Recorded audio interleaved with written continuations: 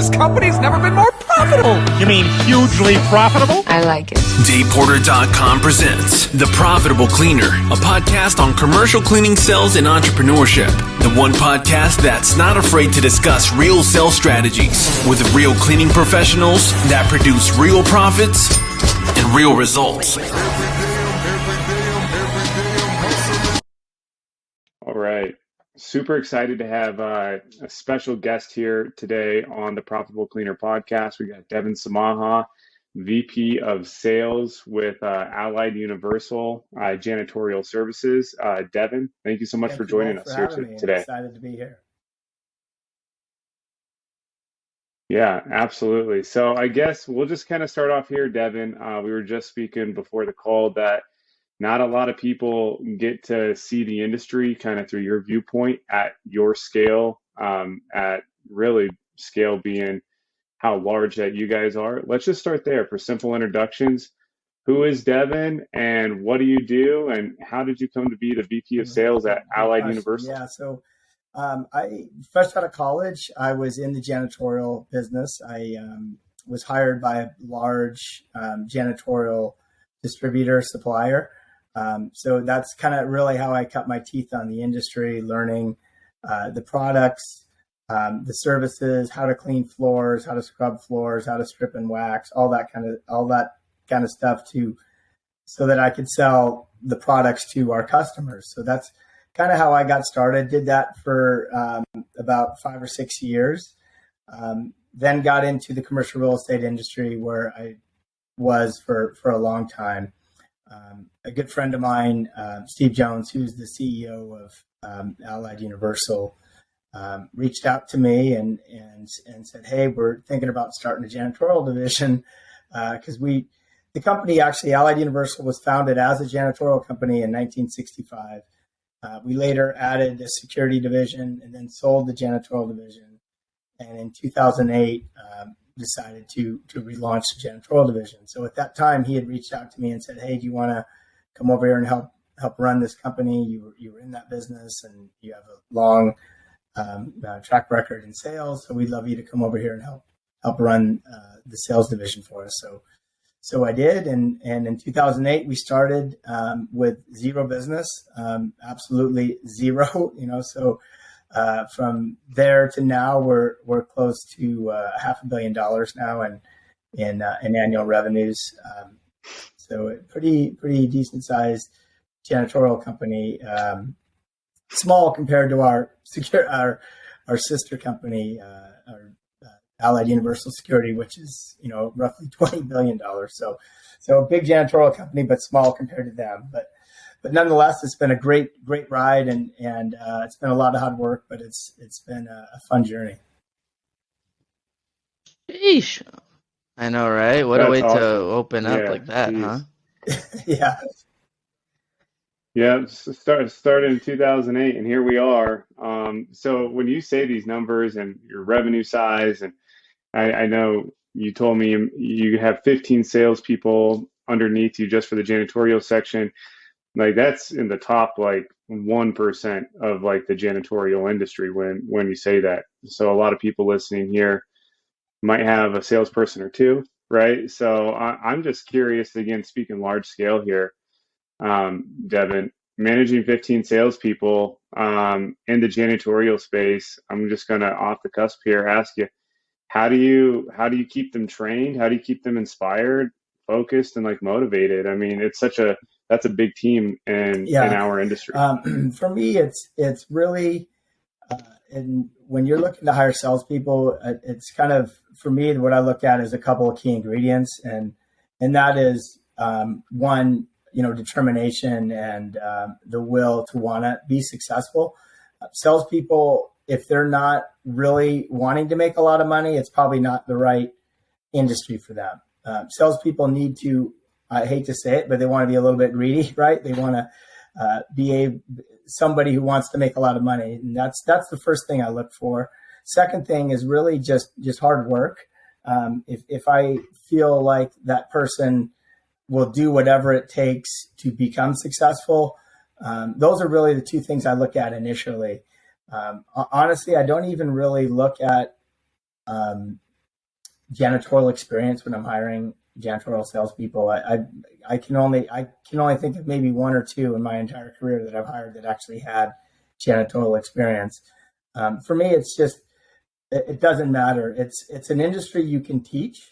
So there's a lot of retreads in our industry and in industries in general where salespeople go from one company to the next. And that's not what I'm looking for. I'm looking for someone who wants to make a lot of money and be with a company that they really want to stay with and grow. So those are really the two things I look for initially.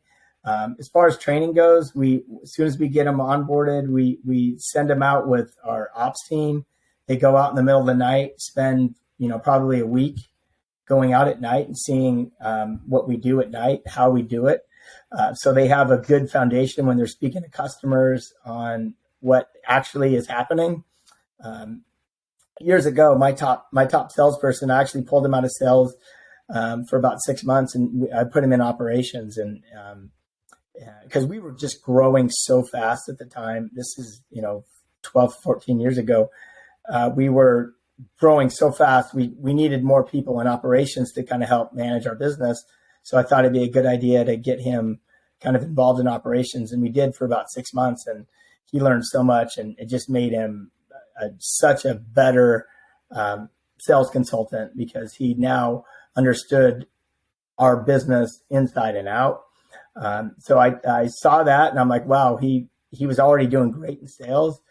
As soon as I put him back into sales, he literally doubled in his numbers. It was crazy. And so that's when I was like, oh man, we really need to get, as we hire salespeople, we really need to onboard them and really give them not just sales training, but training on our business, particularly so that they understand when they're speaking to customers, they just don't come off as a salesperson, really as a consultant and how they can help. And that's really the key to it in my eyes is be a consultant, not just trying to sell them a service. I gotta ask a question here because I just did the numbers in my head. I think 500 million, 14 years, huh? And they said, Devin, here are the keys. And then you said, okay, I see a really cool, I think we have an idea, but I need to put an engine. I got to put some tires up in here. I got to figure out how fast we can run. That's still, I've seen a lot of companies that have been in business 30 years that are not even close. They're at 10, 50 million, and they're seen as crushing it in the space, right? Yeah. The run rate that you had is huge. I mean, you came in as a VP, but I'm assuming at what point did you start hiring? How did you kind of start building this monster in your head? Because I bet that was a little daunting, no? Hey, here you go. And you probably didn't even know you were going to grow it this big either.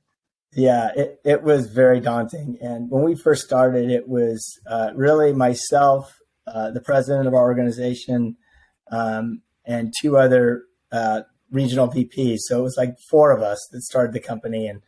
And we knew, we had all the people in art that we had on board all had a lot of experience in relationships with customers. And then we had our sister company, Allied Universal. At the time, it was Universal Protection Service. We bought a company called Allied Barton about 5 or 6 years ago, and then we changed our name to Allied Universal. So that's when the name changed. The company didn't change, just the name. It was just the four of us looking at each other going, all right, let's roll up our sleeves and start growing this business. And that's what we did. You're right. We didn't have Angel. I didn't have any salespeople for the first maybe year. It was just myself and my boss, the president, and a few of our regional managers. And we started bringing on business and then started hiring, to support the business. And then away we went. So over the years, we've grown the sales team slowly.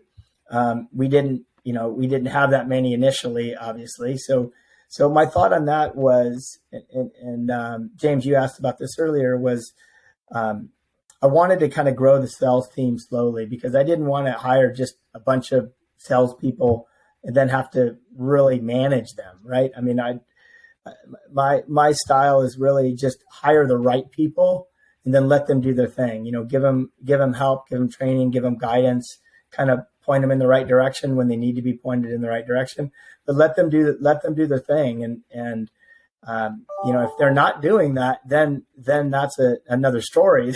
Then you have to really manage them. But I try to not hire those types of people that need that level of management, because, like you said, it would be managing 15 people. It's a lot of people, and if you have to manage them like that, hey, what are you doing? Who are you calling today? Where are you going? If you have to do that kind of stuff, they're probably not the right person. You need to hire people that are really self-motivated and want to look at it as their own business. And that's what I tell my BDMs is just look at this like it's your business. When you wake up in the morning, you want to get going at 10 o'clock or 11 o'clock. If it was your business, if you owned it, or would you probably get up at 6, get ready, maybe read a sales book or just some kind of reading, something on the industry, get mentally prepared, and then come 8 o'clock, you're charging, So those are the people I want is the ones that treat, their job as if it was really their business. And I think that's, if you find those kind of people, they will always be successful. I love it. Oh, yeah, me too. No, go for it, man. And I know we're both about to just go, so I'm just one and one works. Yeah, just bombard you with questions here. I'm just curious, Devin, how do you guys now at such a large scale pick your industry targets? Obviously you have your ideal customer profile. Every company, big or small, learns their profile through trials and errors. Who is your ideal customer, and then how do you guys pick? Yeah, that's a great question. And that's actually changed a little bit over the years. If you had asked me that question 5 years ago, I would have told you commercial high-rise office, some medical office buildings, and that's pretty much it. We acquired a company a couple of years back that does a lot of malls. So the president of our organization initially was not a big fan of malls because there's a lot of slip and falls and a lot of lawsuits that happen, a lot of liability with that. So initially that was kind of a vertical that we really didn't want to pursue. We acquired a company that does a lot of it and found out it is actually a great vertical market. There's some markets where you probably don't want to do that kind of work. California is one of them. But in other parts of the area, it's a great market. And so we have gotten into that and we do a lot of it now, but primarily our sweet spot is commercial office. So commercial office, high rise, commercial, big corporate campuses, and small, even mid-rise to low-rise office buildings. That's kind of where our sweet spot is. But we do a lot of medical office now, also medical office cleaning. We have not gotten into the hospital arena yet, or airports yet. Those are two verticals that we're hoping to get into. And we actually recently just got into the GMP space, which is kind of clean room cleaning. So we're starting to do a lot of that now. So really we're now kind of getting into the whole gamut of janitorial space, except for really hospitals and airports. We have not gotten into that market yet. And those are one of those markets where they ask you, we've tried to get in, and it's we've had some good pitches and thought we were going to pick up some business, and it always comes down to the question of what other airports do you clean, or what other hospitals do you have, and if you don't have them, they get a little nervous, weary. Yeah. That's interesting. Even a company that big still struggles, right? Because there's always someone bigger. But quick question for you. This one I'm intrigued because a lot of people, I don't know, when I see someone like you, right, that it's like, okay, here you go, here are the keys to the castle, or we're gonna build a castle, let's go get the wood, let's go bring it up. It almost sounds like, even though it was daunting, you almost had like the right mindset going into it, and you grew it to something huge. So it just tells me like the level of experience you have is crazy. So I have to ask you, for somebody that's listening to this, they're probably like 10 million, 5 million, maybe 500,000, maybe they're new. Yeah. What's a good win rate of contracts? So I'm gonna go into statistics that you might know, or whether you could share yours or what you see in the industry. What's a good win rate from the moment I give a proposal to getting one back? And then two, what's your average sales cycle? I just feel like you already know this, so you guys play the long game a lot of the times. I don't know how many people play the long game here, even though clearly relationships do matter here. Yeah, great question. And unfortunately, our business does have a long sales cycle to it. When I'm hiring salespeople, I really tell them, don't really plan on selling for 6 months. You know, I mean, don't even, I just hired someone and I was talking to him and I told him, don't even focus on your sales goal. Just ignore it, because I'm not even going to worry about that at this point. If we're sitting here a year from now, that's a different story. But right now, you need to focus on getting appointments, getting RFPs, getting lunches, getting meetings. Those are the wins, because it does take a long time. We're in the service business, so people don't just change. We're not selling a widget, so they don't just automatically switch. So it does take some time. And even when you do convince a customer, then there's a 30-day window that they have to provide the current company. So the time really stacks up. So I would say really it's 6 months is really kind of the lead time for any of the smaller janitorial companies that I think are trying to hire salespeople. Or I think that's a smart thing to do.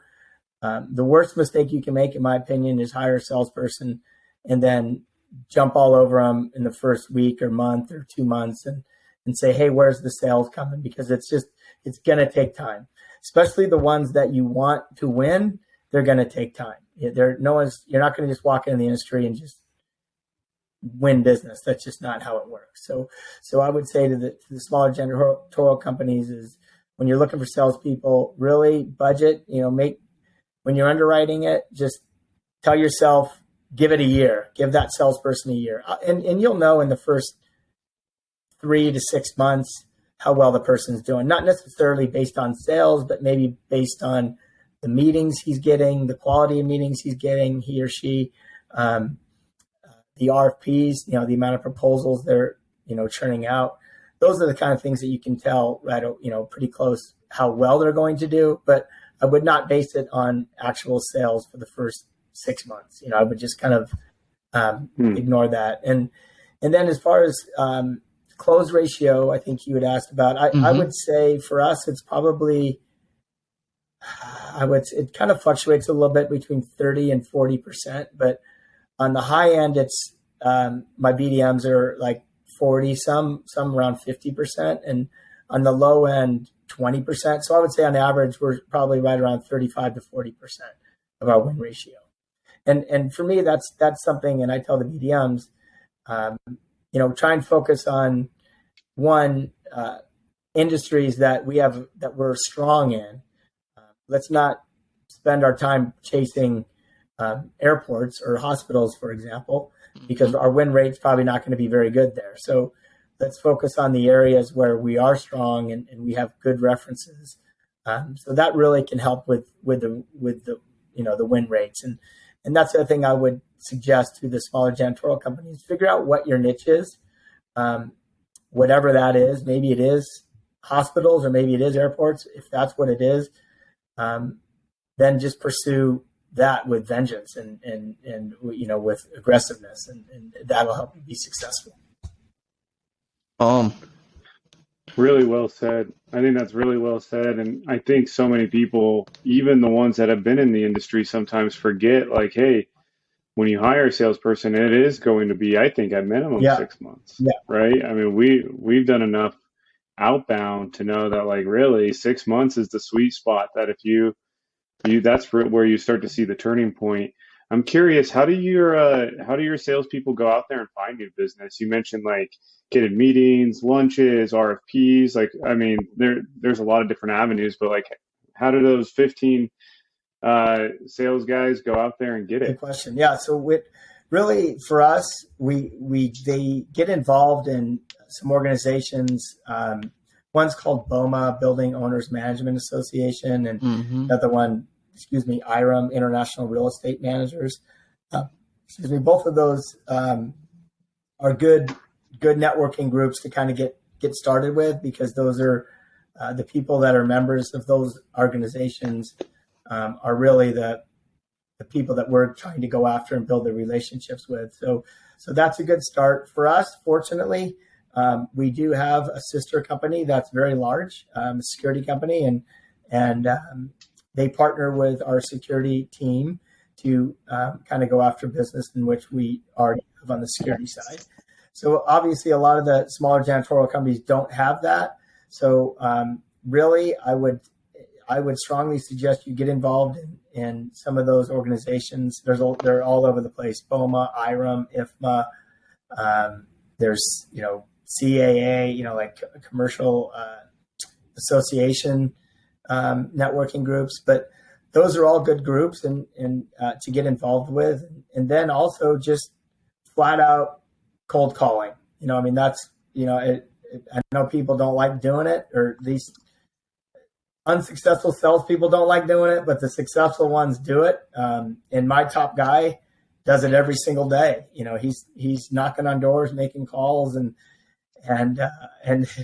he's my number one guy, has been for the last 13 years. And he probably does more of it than anybody. And that's why he's so successful. So really, I'm a big fan of that. And, business does not walk its way in the door, as we all know. You got to go out there and get it. So that's really the best way for me is joining those organizations, and getting on the phone, getting in your car, and and even getting lead companies too to help you. That's another great avenue also, which we've looked at. So all those are really good avenues, but it does take a lot of hard work for sure. Hey, Devin, let me ask you, for your top guy, give us a range. Where does he usually end the year at in rev? Just because I know people are going to be like, no, he probably doesn't even. I want to make sure I put the bow on that cold call thing that you said, like pure sheer effort, right? Output. Yeah, totally. Well, just so you know, this year he's already sold $10 million. And there it is. In new business. Last year, I think he did 14 million. See, guys, so again, if you're listening to this is why I just wanted those questions, Devin, because I think sometimes our brain is funny, right? So like if you condition your brain not to want a cold call to put that type of output, it will give you every reason not to. But then you talk to someone like you guys, where the growth you guys have had is not normal. And even someone in your name has a win rate of 35 to 40%. You just never know, right? The lowest could be 20, the highest could be 50. But yet somehow, when we talk to a lot of these commercial cleaners, they think everything should be at 60%. Everything should come inbound. No, you shouldn't have to chase. If they know, they know. And it's like the top rep that so far has brought 10 million, that last year brought 14 million, pounds the phone more than anybody else. That's right. There is a beautiful thing about success, and success leaves clues. And so if you're listening to this, learning from someone like Devin that's built it from scratch, like, the clues are right there. Now the question, and here comes my question to you, Devin, is I'm sure you've hired the wrong reps, and I'm sure you still struggle sometimes in pushing things forward. So if a rep was struggling with calling or putting that sheer effort, what are some like key training points or some things that you have done with them that you've seen, like, usually when we do this we can see a result? Yeah. I have made lots of mistakes in my time hiring people, for sure. And so, like I said earlier, I like to give them a lot of autonomy to kind of do their own thing, because, there's a lot of success within salespeople, and they all do it a different way. My top guy does it a little different than, my second best person, so, but they're all a little bit different. So when someone's not doing, when the numbers aren't there, I see, for me, that really the key indicator is the proposal turnout. So if I'm seeing not a lot of RFPs, in our industry, we call it, when we get requests for proposals. So if I see that dropping, that's a real first an indication for me. Okay, why is this person, he or she, not getting the opportunities that I know they need to get to be successful? So when I see that, then, I meet with all my sales reps on a monthly basis individually, just to say, hey, how, just 15, 20-minute conversation. How we doing this month? Let's look at it. What did you do good? What did you do bad? what are some of the deals we think are going to close next month, stuff like that, and just have, a conversation with them. So I kind of get a really good feel on a monthly basis how they're doing. So I try not to let it go too far where they're getting really down the road where they're really not doing very well. But when I do see they're struggling, I'll work with them. I'll go out, make calls with them. I'll physically, go out there and make cold calls with them and show them, hey, this is how I do it, and there's not, again, like I said, there's not one right way of doing it. But I have my way, and my way has been successful for me over my entire sales career. It's not the only way, and it's probably not the best way, but it's a way that I know works. So I'll work with them and say, hey, look, I know you tried doing it your way. Let's try this now. Let's do this. Let's focus on these things and get this turned around, because it's better to work with, try and get someone struggling a little bit, get them on track than to just fire them and find somebody else, because then you got to train them and go through all that process again, which is time consuming. So I always try to work with them first before, we have to part ways, so. I like it. Well said. I love that. Back to the basics, and like VP of sales, still being able to make a cold call. We're big believers in that with our sales team, right? Yeah. Like Angel will get on the phone, I'll get on the phone. Like, we're never too good for the basics. I have one last question for you here, Devin. And Angel might have another one or two, but I'm curious about the makeup of your sales team. So there's 15 people. Like, do you have a sales manager? Are they all just like individual hunters? Like, what's the dynamic and the team actually look like? And do they collaborate at all? Yeah, before COVID, we would have in-person sales meetings. Post COVID, we do them because they are kind of spread around the country a little bit. So we do more Teams meetings. I try to do them every other month. So we kind of do stay collaborative. And when we get on those calls, I have everybody talk about what they've done good, like, hey, give us some success stories. I make sure everybody comes to the table with some success stories so everyone can hear what's going on in the other markets first. Second, how did they do it? When they talk about a success story, and then everyone starts asking questions. Well, how did you get it? How did you get that cold call? Where did you go? How did you find the person? We also use a program called Zoom Info, which we can get a lot of information from. I'm sure you're familiar with it. So yeah, we do have those meetings. We were trying to do them monthly, and it just got a little overwhelming as the sales team grew. So we do them pretty much every other month. So that's where we try and get that collaboration and camaraderie. And for sure, I always do. At the end of the year, we'll do a kind of a wrap up meeting. I'll fly everybody in, and we'll do it around the holidays and stuff like that. And then also another thing we do at the end of the year is I have each of the sales guys develop a business plan for the upcoming year. And that's one of the things when we go over on the one-on-one calls that I have with them on a monthly basis. I'll bring that up and I'll say, hey, in your business plan, you talked about this is one of the things you wanted to do that you thought was going to be successful. Are you doing that? No? Okay, why not? You told me this is what you knew was going to make you successful. So why aren't you doing it? So those are the kind of things that we do to keep them going. And right now that's all the sales team is really all just BDMs, and I manage them all. Probably within the next year or two, I'll have to hire a director under me to help, because as we continue to grow, it's going to get a little overwhelming. And so I'll probably need some help doing that for sure. Man, I like the business plan idea. I don't think I've ever heard somebody say it. When I was back in distribution, I totally forgot that's exactly what you would do. You would lay out the lay of land for your territory and what you were thinking, who could be a good partner, strategic partners, game plan. That is so true. I totally forgot. So I know we're running into the time here, Devin. So I want to do two things. Ask you two questions. The first question, how do we get insight into how Devin does it? Because it seems like you have a way, and that way it works. We're going to have a host a sales training with you or something, or you're going to have to join us someday. Yeah. No, but on the real though, do you feel like you have some secret sauce after all these years of some things that some cleaners are not doing that to you are like right there for the taking? One of the things I will say is when we do walk a building, when we get the opportunity, is I've trained my salespeople to look, and again, since they do have a little bit of a background in operations and what we're looking for, I train them on the walks to look for certain things to see how clean the building is.